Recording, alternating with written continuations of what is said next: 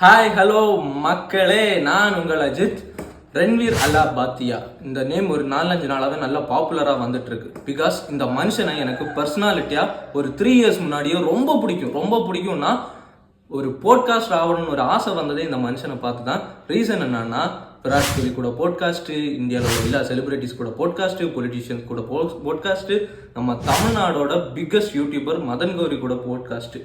அது மட்டும் இல்லைங்க, பிஎம் நரேந்திர மோடி கிட்ட பெஸ்ட் யூடியூபர் அவார்டு கூட வாங்கியிருக்காரு இந்த மனுஷன். ஆனால் இந்த மனுஷனை ஒரு 4-5 நாளாகட்டே எல்லா சோஷியல் மீடியாலையும் போட்டு அடிச்சிட்டு இருக்காங்க.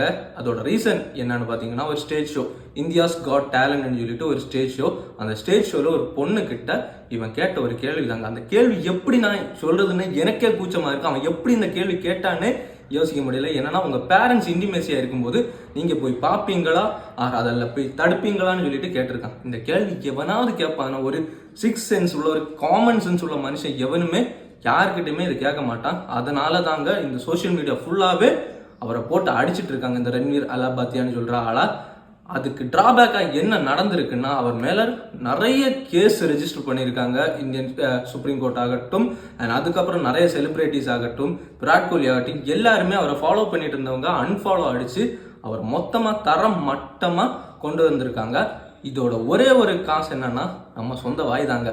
நம்ம வாயையும் எல்லாமே அடக்கி இருந்தால் நமக்கு நல்லதே நடக்கும். நம்ம வாயில் நம்ம என்ன பேசுகிறோமோ அதை நம்மளே எடிட் பண்ணி பேசுகிறது தான் என்றைக்குமே நல்லது.